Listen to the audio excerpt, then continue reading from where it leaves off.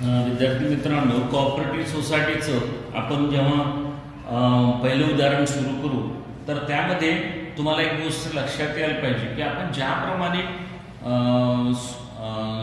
Soul trader जो होता त्याचं फायनल अकाउंट बनवत असताना आपण ज्या प्रकारे ट्रेडिंग अकाउंट बनवलं होतं आणि profit and loss account combine दोन्ही बनवले होते, त्यानंतर बॅलन्स शीट बनवली होती. परंतु आता कोऑपरेटिव्ह सोसायटीमध्ये एक अकाउंट वाढणार आहे ज्याचं नाव आहे तो जे अकाउंट आहे ते profit and loss appropriation account वाढणार आहे तुम्हाला. आणि नियम तोच आहे की ट्रेडिंग अकाउंटच्या डेबिट बाजूला डायरेक्ट रेव्हेन्यू एक्सपेंडिचर येणार, क्रेडिट बाजूला डायरेक्ट रेव्हेन्यू इन्कम येणार.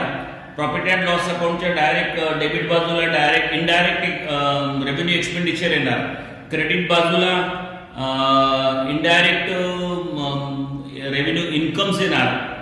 आणि मग ॲप्रोप्रिएशनच्या डेबिट मग इथे तुमचं प्रॉफिट कॅल्क्युलेट केल्या जाईल आणि मग आपण तो प्रॉफिट आपण ट्रेडिंग सोल ट्रेडरमध्ये डायरेक्ट आपण लायबिलिटीमध्ये कॅपिटलमध्ये जोडत होतो. इथे तसं नाही होणार. इथं झालेला जो कॅपिटल आहे, प्रॉफिट आहे, तो प्रॉफिट ॲप्रोप्रिएशन अकाउंटच्या क्रेडिट बाजूला जाणार. आणि मग लास्ट इयरचा प्रॉफिट आणि करंट इयरचा प्रॉफिट दोन जोडून प्रॉफिट या वर्षामध्ये काही ॲप्रोप्रिएशन करून ठेवावं लागत असतात कोऑपरेटिव्ह सोसायटीला. म्हणजे कंपल्सरी 25% रिझर्व्ह प्रॉफिट करावं लागत असतो त्यांना. तर ते प्रॉफिट रिझर्व्ह करणार आणि मग जो प्रॉफिट रिझर्व्ह आणि काही ॲप्रोप्रिएशन केल्यानंतर जर सरप्लस वाचत असेल तर ते सरप्लस सरळ तुमची मग लायबिलिटी बाजूला येणार आणि मग त्यानंतर बॅलन्स शीट बनणार ज्या प्रकारे आपण सोल ट्रेडरमध्ये बनवतो. बॅलन्स शीटमध्ये लायबिलिटी बाजूला कॅपिटल इन्कम येणार आणि ॲसेट बाजूला तुमची कॅपिटल एक्सपेंडिचर येणार. मी तुम्हाला आता पहिल्यांदा गणित वाचून दाखवतो आणि मग त्यानंतर हे अकाउंट आपण कसं सॉल्व्ह करायचे चारही अकाउंट त्याचं एक्झाम्पल सांगतो. अशी 3-4 एक्झाम्पलमध्ये तुम्हाला समजून जाईल आणि मग नंतर मी तुम्हाला 4-5 एक्झाम्पलचे मतलब क्वेश्चन्स आणि त्यांचे आन्सर तुम्हाला पाठवेल. म्हणजे तुम्हाला हे चॅप्टर आरामशीर एक 7-8 प्रॉब्लेममध्ये समजून जाईल. तर पहिला प्रॉब्लेम आहे बघा, the following is trial balance of Vidarbha cooperative society.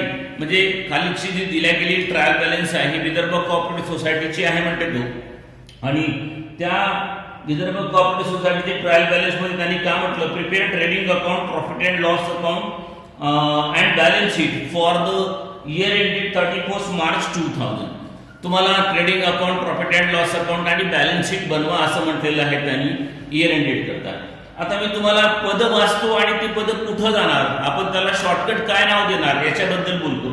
सगळ्यात पहिले त्यांनी शेअर्स कॅपिटल दिलेलं आहे. शेअर्स कॅपिटल बघा क्रेडिट बाजूला आहे. क्रेडिट बाजू ही इन्कमची असते, म्हणजे अशी कॅपिटल इन्कम आहे आणि शेअर्स कॅपिटल ही त्यांची लायबिलिटी ठरत असते, म्हणून त्याला यल लिहिलेलं आपण. यल म्हणजेच लायबिलिटी बाजूला जाणार. त्याच्यानंतर दुसरं पद आहे परचेस आणि सेल्स. आता परचेस आणि सेल्स हे डायरेक्ट रेव्हेन्यू एक्सपेंडिचर आणि डायरेक्ट रेव्हेन्यू इन्कम्स आहे, म्हणून परचेस हे ट्रेडिंग अकाउंटच्या डेबिट बाजूला जाणार आणि सेल्स जे आहे क्रेडिट वालं, परचेस डेबिटला असते, सेल्स क्रेडिटला असते, म्हणून परचेस ट्रेडिंग अकाउंटच्या डेबिटला म्हणून टीडीला येणार आणि सेल्स ट्रेडिंग अकाउंटच्या क्रेडिटला म्हणून टीसीला येणार. त्याच्यानंतर इंटरेस्ट आहे नेक्स्ट टर्म. तर इंटरेस्ट बद्दल बघा, डेबिटला पण इंटरेस्ट आहे आणि क्रेडिटला पण इंटरेस्ट आहे. याचा अर्थ असा झाला की interest is your indirect revenue expenditures and incomes, म्हणून डेबिटला एक्सपेंडिचर म्हणणार, क्रेडिटला इन्कम म्हणणार, म्हणून हे दोन्ही प्रॉफिट अँड लॉस अकाउंटच्या डेबिटला आणि क्रेडिटला जाणार. म्हणून डेबिट वाल्याला पीडी नंबर येणार आणि क्रेडिट वाल्याला पीसी नंबर येणार. त्याच्यानंतर डेटर्स अँड क्रेडिटर आहे. डेटर and creditors it's a part of your direct debtor is your capital expenditures and creditors is your capital incomes. म्हणून डेटर्स हे ऍसेट बाजूला येणार म्हणून त्याला ए येणार आणि क्रेडिटचं जे क्रेडिटर्स आहे ते तुम्हाला एल बाजूला येणार. त्याच्यानंतर आहे स्टॅच्युटरी रिझर्व्ह. स्टॅच्युटरी रिझर्व्ह काय असतं तुम्हाला सांगितलंच आहे की प्रत्येक कोऑपरेटिव्ह सोसायटीला प्रॉफिट करंट इयरच्या प्रॉफिटच्या म्हणजे यावर्षी जो प्रॉफिट होईल त्या प्रॉफिटच्या 25% प्रॉफिट त्यांना प्रत्येक सोसायटीला रिझर्व्ह करून ठेवावा लागत असतो. त्याला ते स्टॅच्युटरी रिझर्व्ह असे म्हणतात. आणि आतापर्यंत त्यांनी तो स्टॅच्युटरी रिझर्व्ह मध्ये पैसा जमा केलेला असतो त्याला लायबिलिटी म्हणजे रिझर्व्ह ही लायबिलिटी असतात आणि म्हणून त्याला यल लिहिलेलं आहे आणि याच्यामध्येच तुम्ही यावर्षीचे 25% काढाल तो त्याच्यामध्ये जोडला जाईल, म्हणून ह्या स्टॅच्युटरी रिझर्व्हला यल म्हटले जाणार. त्याच्यानंतर डिपॉझिट हा सुद्धा पद यलचं आहे, क्रेडिट बाजूला आहे. लोन टू मेंबर, आता या सोसायटीने त्यांचे जे मेंबर होते त्यांना लोन दिलेलं आहे, डेबिट बाजूला आहे. आता लोन दिले तो पैसा भविष्यात परत येणार, म्हणजे part expenditure sorry capital expenditure म्हटलं झालं त्याला. उद्या पैसे ते परत येणार, म्हणजे कॅश ही तुमची ऍसेट असते, म्हणून त्याला ए लिहिलेले आहे बघा. त्याच्यानंतर लँड अँड बिल्डिंग, फर्निचर्स हे सगळे कॅपिटल इन्कम्स आहे, कॅपिटल एक्सपेंडिचर असणार तुमची, आणि म्हणून ती ऍसेट बाजूला येणार, म्हणून त्याला शॉर्ट की आपण ए दिलेल्या दोन्ही याला बघा. त्याच्यानंतर सॅलरी, सॅलरी तुम्हाला माहित असेल, सॅलरी ही जे असतात हे इनडायरेक्ट एक्सपेंडिचर आहे, आणि म्हणून सॅलरीला आपण पीडी नंबर देणार, प्रॉफिट अँड लॉस अकाउंटच्या डेबिट बाजूला. त्याच्यानंतर cash in hand, cash at bank, investment हे सगळे ॲसेटची पदं आहेत, म्हणून त्याला ए लिहिलेलं आहे तिन्ही पदांना. त्याच्यानंतर स्टाफ प्रॉव्हिडंट फंड एल, म्हणजे फंड किंवा रिझर्व्ह कुठलीही असो ते लायबिलिटी असतात, आणि म्हणून त्याला एल लिहिलेलं आहे. प्रीपेड इन्शुरन्स, ऍडजस्टमेंट मध्ये ट्रायल बॅलन्स मध्ये दिले गेलेलं प्रीपेड किंवा आउटस्टँडिंग हे सर्व बॅलन्स शीटला जातात, आणि डेबिट वाले जे टर्म्स असतात ते ऍसेट बाजूला, क्रेडिटचे जे आउटस्टँडिंग असतात ते लायबिलिटी बाजूला, आणि म्हणून प्रीपेड एक्सपेंडिचर इन्शुरन्स जो आहे तो ऍसेट बाजूला. डिव्हिडंड रिसिव्ड झालेला आहे, डिव्हिडंड रिसिव्ड म्हणजे तुम्हाला डिव्हिडंड या सोसायटीने कमवलेला आहे, दुसऱ्या कुठल्या तरी शेअर्स कंपनीचे म्हणा किंवा एखाद्या सोसायटीचे यांनी शेअर्स परचेस केले असेल आणि त्या शेअर्सवर यांना डिव्हिडंड मिळालेला आहे, म्हणून या सोसायटीचं ते इन्कम मानलं जाईल, म्हणून ते पीसी बाजूला लिहिलं जाणार. त्याच्यानंतर printing and stationery, depreciation, rent, bad debts हे सगळे इनडायरेक्ट एक्सपेंडिचर आहे, म्हणून त्यांना बघा या चारही पदांना आपण पीडी लिहिलेलं आहे. त्याच्यानंतर ओपनिंग स्टॉक आहे. ओपनिंग स्टॉक नेहमीच सांगितलं आपण ट्रेडिंग अगोदर शिकलो होतो की ओपनिंग स्टॉक हे टीडी बाजूला येणार, म्हणून ते प्रॉफिट अँड लॉस अकाउंटच्या डेबिट बाजूला. वेजेस हे डायरेक्ट एक्सपेंडिचर आहे, म्हणून ट्रेडिंग अकाउंटला येणार. अशा प्रकारे या ट्रायल बॅलन्सची पदं आहेत. त्याच्यानंतर मग त्यांनी 4 ऍडजस्टमेंट दिलेले आहेत. Now first adjustment is given the closing stock is ₹25,000. Closing स्टॉकच्या मी नेहमी सांगितलं त्या आपण सोल ट्रेडर घेऊ किंवा कोऑपरेटिव्ह सोसायटी घेऊ. क्लोजिंग स्टॉक हा आपला पार्ट ऑफ म्हणजे इन्कम्स असतो, मतलब डायरेक्ट रेव्हेन्यू इन्कम्स आहे, म्हणून टीसी बाजूला येणार, आणि स्टॉक ही आपली ऍसेट असते म्हणून ए बाजूला. म्हणजे 2 पद एंट्री येणार याच्या, एक येणार टीसी बाजूला आणि दुसरी येणार ऍसेट बाजूला. त्याच्यानंतर provide dividend at the rate of 5%. 5%चा डिव्हिडंड जो असतो, डिव्हिडंड हा शेअर्स कॅपिटलवर काढला जात असतो. कशावर काढतो? कारण शेअर्स कॅपिटलला डिव्हिडंड हे त्याचं अर्निंग असते, आणि म्हणूनच लोक शेअर्स खरेदी करतात. या सोसायटीचे ज्या लोकांनी शेअर्स खरेदी केले असेल त्यांनी खरेदी केलेल्या मूल्यावर त्यांना 5% प्रमाणे ही सोसायटी डिव्हिडंड अलॉट करत आहे, आणि म्हणून डिव्हिडंड हे प्रॉफिट मधून दिले जाईल, म्हणून ऍप्रोप्रिएशनच्या बाजूला येणार. कुठे येणार? ऍप्रोप्रिएशन. म्हणून ऍप्रोप्रिएशनला आपण शॉर्टकी आपलं एडी आहे, एडी म्हणजे ऍप्रोप्रिएशनची डेबिट बाजू, आणि दुसरं एंट्री येणार एल बाजूला म्हणजे लायबिलिटी बाजूला. त्याच्यानंतर make a provision for statutory reserve, ते तुम्हाला ऍडजस्टमेंट दिली असो किंवा नसो, प्रत्येक कोऑपरेटिव्ह सोसायटीला 25% स्टॅच्युटरी रिझर्व्ह ठेवावीच लागते, आणि ती प्रॉफिट मधून करतात, म्हणून याच्या 2 एंट्री होणार. एडी म्हणजे अप्रोप्रिएशनची डेबिट बाजू, आणि मग त्याच्यानंतर एल म्हणजे लायबिलिटी बाजूला. मग म्हटलेलं आहे provision 1000 for make a secretary honorarium. सेक्रेटरीला त्यांनी 1000 रुपयाचं मानधन द्यायचं कबूल केलं होतं, ते मानधन अजून दिलं गेलं नाही, आउटस्टँडिंग आहे, म्हणून प्रॉफिट अँड लॉस अकाउंटच्या डेबिट बाजूला, आणि दुसरी एंट्री त्यांची लायबिलिटी बाजूला येणार. अशा प्रकारे आपण एंट्र्या करणार, आणि मग एंट्र्या केल्यानंतर आता या ठिकाणी आपले 4 अकाउंट बनवायचे आहे. आपण जसं सोल ट्रेडर मध्ये ट्रेडिंग अकाउंट आणि प्रॉफिट लॉस अकाउंट हे एकत्र बनवायचं, पण इथं आपल्याला थोडंसं प्रॉब्लेम म्हणजे वेगळं करू.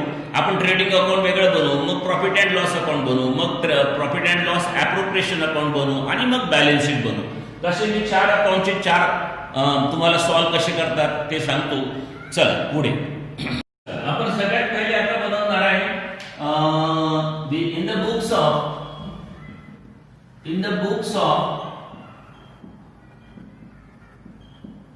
विदर्भ कोऑपरेटिव्ह, आणि कोणता अकाउंट बनवणार? सगळ्यात पहिले आपण ट्रेड आता ट्रेडिंग अकाउंट असं बनणार ते आपल्याला बघा,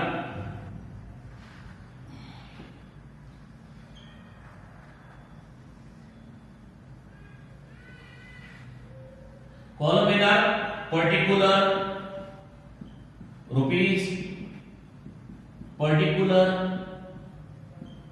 रुपीज. आता हे ट्रेडिंग अकाउंटची ही डेबिट बाजू आहे. ही डेबिट बाजू असल्यामुळे या इथे आपण टीडी लिहिणार, म्हणजे हे जे ज्या ज्या पदांना आपण टीडी लिहिलेलं आहे ते सर्व पद या बाजूला येणार आणि टीसी म्हणजे क्रेडिट बाजूला हे पद येणार, ही क्रेडिट बाजू. ओके. आता ज्या पदांना आपण टीडी लिहिलेलं होतं ते पद इथं मांडायचे आणि ज्या पदांना आपण टीसी लिहिलेलं होतं ते इथं मांडायचे. तर सगळ्यात पहिले मांडत असताना इथे सगळ्यात पहिले टू ओपनिंग स्टॉक लिहूनच टाकायचं पहिले, कारण ओपनिंग स्टॉक सहसा असतोच. आणि बघा आपल्या ओपनिंग स्टॉकला आपण टीडी लिहिलेला आहे. ओपनिंग स्टॉक या ठिकाणी आहे 6000 रुपयाचा. ओके, 6000 रुपयाचा ओपनिंग स्टॉक आहे. त्याच्यानंतर या ठिकाणी आपण द्यायचं परचेस, त्याला परचेसला पण आपण टीडी लिहिलेलं आहे म्हणून इथं लिहू आपण परचेस. परचेस आहे तुमच्या उदाहरणात 45,000,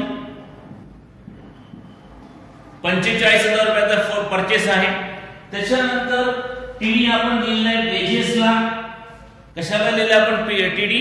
वेजेसला लिहिलेला आहे आणि म्हणून इथं लिहिणार आपण वेजेस. वेजेस आहे तुमचे 4000 रुपयाचे. या बाजूला मग घेणार आपण बाय सेल्स. सेल्स 90,000 आणि मग इथे घेणार बाय क्लोजिंग स्टॉक. याला पण आपण बघा तो ऍडजस्टमेंट आहे क्लोजिंग स्टॉक, तो टीसी मध्ये येणार आणि तो क्लोजिंग स्टॉक आहे 25,000. आता सगळे टीसी आणि टीडीचे पद संपलेले आहेत आणि मग काय करायचं की इथं क्रेडिट बाजूला यांची बेरीज करायची. ही बेरीज केल्यानंतर जो फरक येईल ही बाजूला नेहमी जास्त आहे. तर 1,15,000 बेरीज येणार आणि 1,15,000 मधनं तुमचे हे 1 2 3 4 पद म्हणजे 55,000 मायनस होणार. 55 मायनस केल्यावर ह्याचं बॅलन्स येणार. त्या बॅलन्सला ग्रॉस प्रॉफिट असे म्हणतात. ग्रॉस प्रॉफिट तो येणार 60,000, कारण या बेरजेतून हे 1 2 3 पद मायनस केले, हे ग्रॉस प्रॉफिट येणार. अशा प्रकारे हा ट्रेडिंग अकाउंट तुमचा तयार होईल. ठीक आहे. आता सेकंड अकाउंट, आता जो आलेला ग्रॉस प्रॉफिट आहे तो या बाजूला क्रेडिट बाजूला येणार. तो आला होता बघा, तो होता 60,000 रुपये. किती होता? 60,000 रुपये. आता बघा या प्रॉफिट अँड लॉस अकाउंटची ही डेबिट बाजू आहे म्हणून याला आपण पीडी म्हणतात आणि हे प्रॉफिट अँड लॉस अकाउंटची क्रेडिट बाजू आहे म्हणून याला पीसी असे म्हणतात. आता ज्या पदांना आपण पीडी लिहिलेलं आहे ते सर्व पद इथं मांडायचे आणि ज्या टर्म्सला आपण पीसी नंबर दिलेले आहे ते इथं मांडायचे. बरोबर. तर कुठले कुठले पीडीचे पद आहेत त्यात सगळ्यात पहिले कधी सॅलरी नावाचं पहिलं पद मांडून घ्यायचं. सॅलरी. बघा आपल्या उदाहरणात सॅलरी दिलेलं आहे 12,500 रुपये. त्याला पीडी लिहिलं होतं आपण. काय लिहिलं होतं त्या सॅलरीला? आपण पीडी लिहिलं होतं. सॅलरी नंतर दुसरं पद आहे बघा इंटरेस्ट.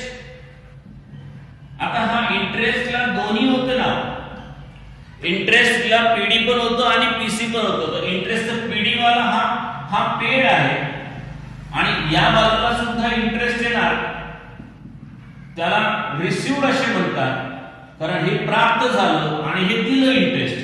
दोन्ही बाजूला इंटरेस्ट तो येणार 15,000 डेबिटचा आणि 10,000 क्रेडिट बाजूचा.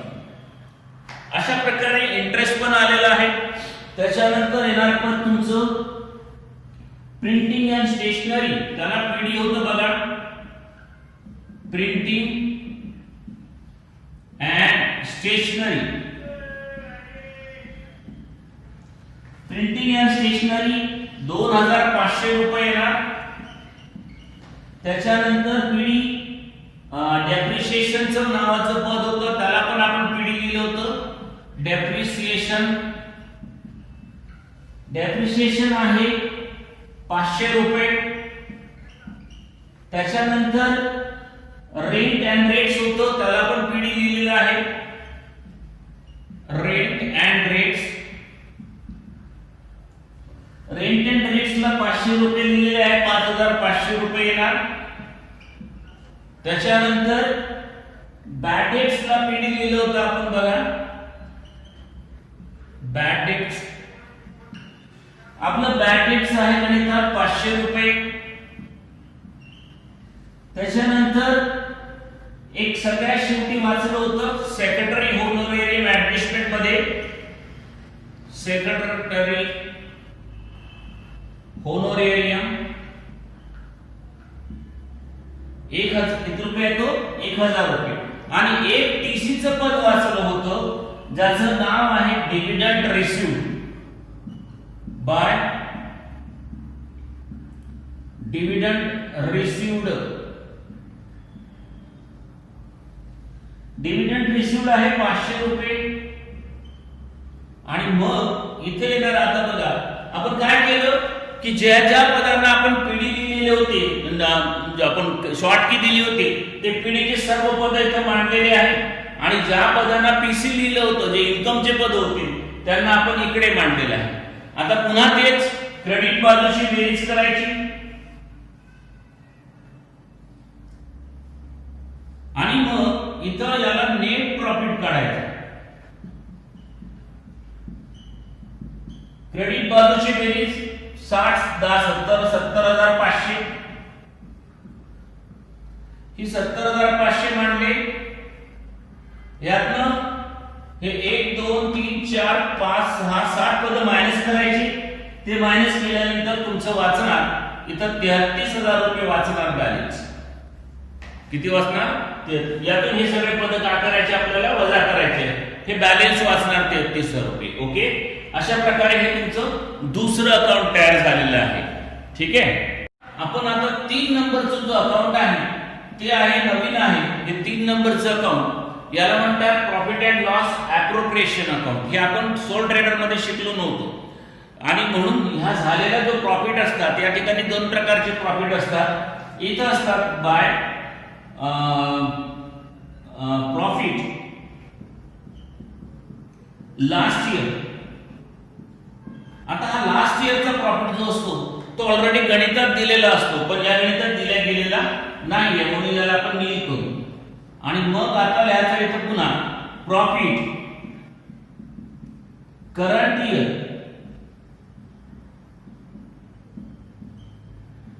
आपण जो करंट इयर आता प्रॉफिट काढला होता प्रॉफिट अँड लॉस अकाउंट मध्ये 33,000 रुपयाचा प्रॉफिट काढला होता, तो जो प्रॉफिट आहे तो प्रॉफिट या ठिकाणी येणार. आपण 33,000 रुपयाचा प्रॉफिट काढला होता, तो हा करंट या वर्षी झालेला प्रॉफिट आणि हा जुना प्रॉफिट. तर अशा प्रकारे हे 2 प्रॉफिट लिहायचे असतात. आणि मग काय करायचं की गणित असो की गणितात असो की नसो, हा जो करंट इयरचा प्रॉफिट असतो 33,000 रुपये करंट इयरचा, याच्यावर 25% स्टॅच्युटरी रिझर्व्ह घ्यायचं असतात. स्टॅच्युटरी रिझर्व्ह हे गणितात असो किंवा नसो ते किती घ्यायचे असतात? 25%. कशावर? याच्यावर 25% घ्यायचे असतात स्टॅच्युटरी रिझर्व्ह. जसं या ठिकाणी घे म्हटलं, कुठल्या ऍडजस्टमेंट मध्ये 3ऱ्या नंबरच्या ऍडजस्टमेंट म्हटलेलं आहे, बघून घ्या की as per Maharashtra cooperative society act we take the statutory reserve as per cooperative act नुसार. तर त्यांनी 25% काढायचं म्हटलं तर ते 25% होते 33,000च्या 8,250. ते काढलं कशाने? मी काढून घ्या 33,000च्या 25%. ओके, हे गणितात दिलं नसलं तरी घ्यावंच लागते.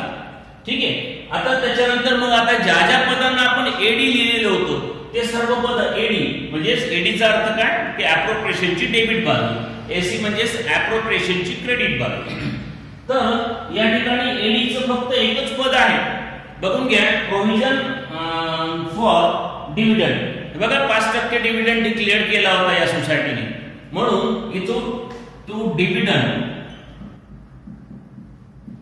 आता हा डिव्हिडंड जो काढायचा आहे 5%, हा कशा काढत असतो? कॅपिटलवर शेअर कॅपिटल. तुमच्या उदाहरणात बघा शेअर्स कॅपिटल किती असेल, त्या शेअर्स कॅपिटल वर 5% काढतो म्हटलं. मला वाटते की आपल्या उदाहरणामध्ये शेअर्स कॅपिटल 80,000 आहे. 80,000 जर 5% आपण काढलं तर ते 4,000 रुपये येतात. अशा प्रकारच्या दोन प्रोव्हिजन झाल्या आहेत. आता एडीचे कुठलेच पद नव्हते. आपली ही बाजू पुन्हा 33,000ची बेरीज येणार. ही 33,000ची बेरीज या बाजूला मांडलेली आहे आपण. आणि मग इथनं आपण आता सरप्लस काढणार आहोत. सरप्लस कसं काढायचं की पुन्हा ही बेरीज केली, या बेरजेमधून हे दोन पद मायनस करायचे. 33,000 12,250 मायनस केले तर आपलं सरप्लस राहते 20,750 रुपये. अशा प्रकारे हे तिसरे अकाउंट आपलं तयार झालेलं आहे. आणि आता शेवटचं आपण बनवणार 4 नंबरला आपल्याला बॅलन्स शीट बनवायची आहे. या बॅलन्स शीट मध्ये तुम्ही एक गोष्ट लक्षात घ्या की बॅलन्स शीट ही लायबिलिटी बाजू आहे, त्याला आपण एल म्हणतो, आणि ही असेट बाजू आहे त्याला आपण ए म्हणतो. बरोबर आहे.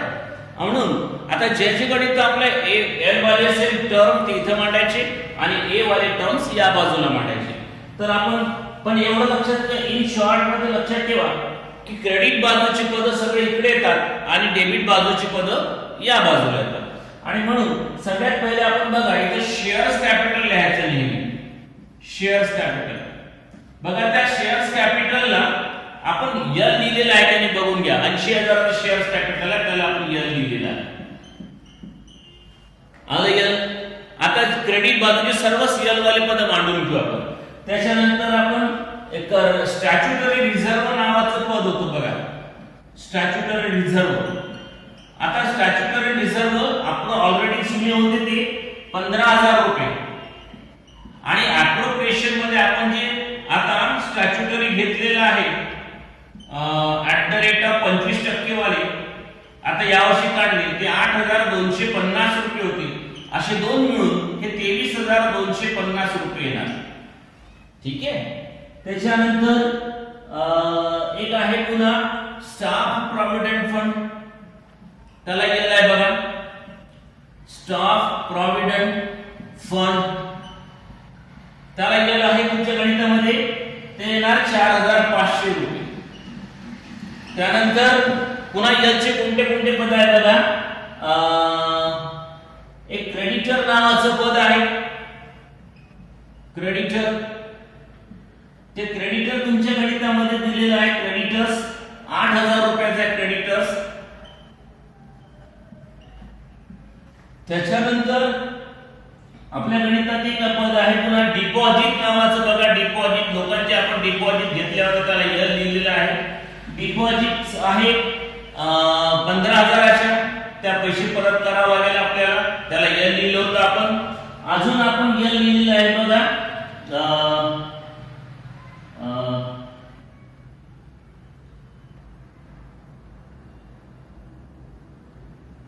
अच्छा. त्याच्यानंतर सेक्रेटरी होनोरेरियम, होनोरेरियम 1,000 रुपये. आणि मग त्याच्यानंतर आपले डिव्हिडंड आपल्याला 5% द्यायचा होता, तो डिव्हिडंड अजून आपण दिलेला नाहीये. @5% वाला तो 4,000 रुपये. आणि सर्वात शेवटी मग सरप्लस जो असतो तो सरप्लस आपण अगोदर बघा तो नेट प्रॉफिट जो काढत होतो इथे जोडत होतो, इथे जोडायचा नाहीये, इथे सरप्लस वेगळं लिहायचा आहे. तो आहे 20,750 रुपये. अशा प्रकारे यांचे सगळे पद मांडलेले आहेत. आणि मग आपण आता ए चे, ज्या पदांना आपण ए म्हणजे ऍसेट बाजूची पद होते त्यांना ए लिहिलं होतं, ते या बाजूला मांडायचे पद. तर सगळ्यात पहिले बघा कॅश इन हँड आणि cash at bank. Cash in hand, cash at bank 500 आणि 10,000. अशा प्रकारे दोन पदांना आपण ए लिहिलेलं होतं. त्याच्यानंतर इन्व्हेस्टमेंटला आपण 20,000 रुपये इन्व्हेस्टमेंट, त्याला असेट लिहिलेलं आहे आपलं. इन्व्हेस्टमेंट आहे 20,000 रुपयाचं. त्याच्यानंतर ऍसेट बाजूला आपण एक लोन टू मेंबर आपण त्यांना दिले, तर मेंबरला लोन टू मेंबर,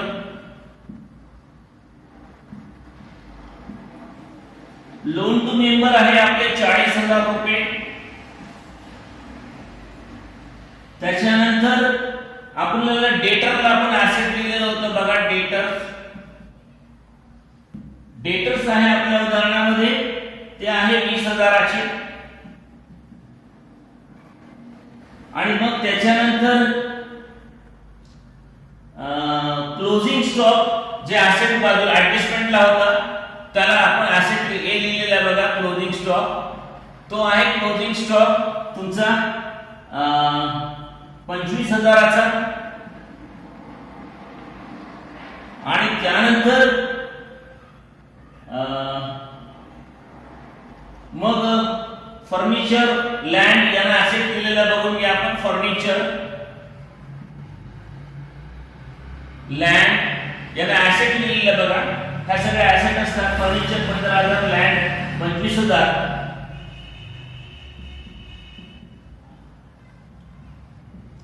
आणि सर्वात शेवटी वाचलेलं होतं प्रीपेड इन्शुरन्स, तो आहे 1,000 रुपये. अशा प्रकारे सर्व ऍसेटचे पद संपलेले आहेत आणि इकडे सर्व लायबिलिटीचे पद संपलेले आहेत. ह्या बेरीज जर केली तर दोन्ही बाजूला बेरीज आपली सारखी आली पाहिजे. तर ती बेरीज येणार बघा दोन्ही बाजूला 1,56,500, 1,56,500.